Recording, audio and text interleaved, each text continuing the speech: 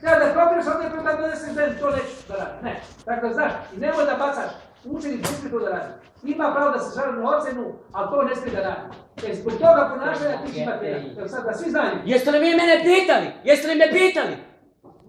Jeste li me pitali? Jeste li me pitali iz ocjenu? Ne, nije ovo istorija, vidiš li ti normalan. Jeste li vi normalni, majke? Normalni? Jeste li normalni?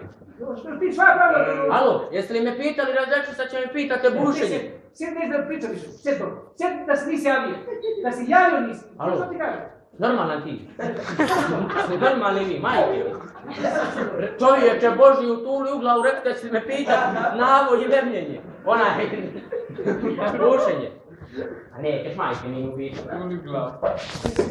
Kako jedan imam dvije trojke, što vi normalni? Imaš ti, ali ima puno je A Miloš Milošević ima trojku, ne dolazi vama na čas. Nije tačno. Nije tačno. Ne, tačno. Nije tačno. Dolazi li Miloš na čas? Ne.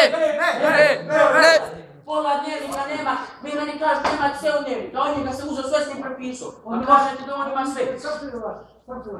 Lažem, jer on ima sve u švedsku. A kako on ima trojku, ćete mi reći? Nema ga nikad na čas.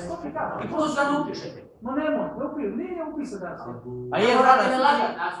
Danas ste ga upisali, morali ste ga upisati poslije mjesec dana danas. A, ne treba da, ja sam udala.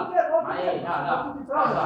Čekaj, da ti kažem, Mogu s vama pravo da mi date jedan sad, a dvije trojke imam. ja na osnovu svih parametara... Pa jeste rekli do sebe, šta se donese to? Ti sad rekao.